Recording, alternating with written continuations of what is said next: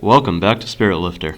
Today we're visiting an oft-forgotten part of the Latin world, nestled in the forests and the mountains of the Eastern Balkans. Romania is both a crossroads and a borderland, with the Carpathians serving as both a barrier to entry, but also keeping in those who've been there a while. The result is a language that descended from the ancient Romans, surrounded by Ugric and Slavic neighbors. One thing all of these peoples share, besides being east of the Iron Curtain, is fondness for a brew. Following the collapse of the East Bloc, private investment rushed in, including the European Drinks and Food Group in 1993. Brewing by the group takes place in Bihor County, nestled near the Hungarian border. This discount brand has the notoriety of supplying huge plastic bottles of beer, including the one for today. Nope. Keep going.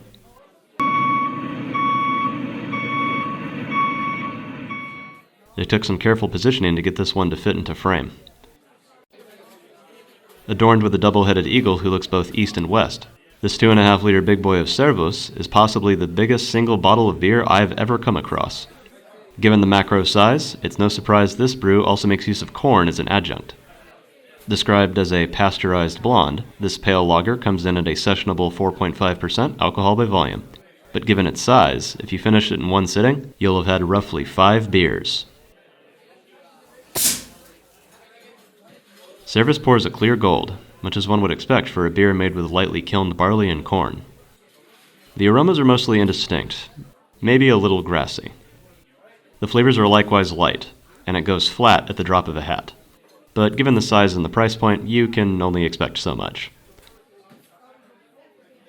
In light of the volume you'll be drinking, I recommend something to soak up the brew.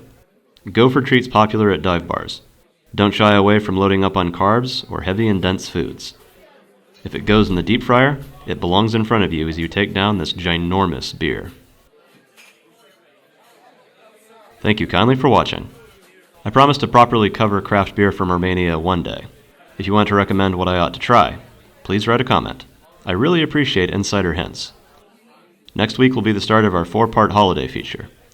We'll be trying out some refreshments mostly enjoyed at Christmas time. See y'all for a warming cup of wine next week. Until then, Narok.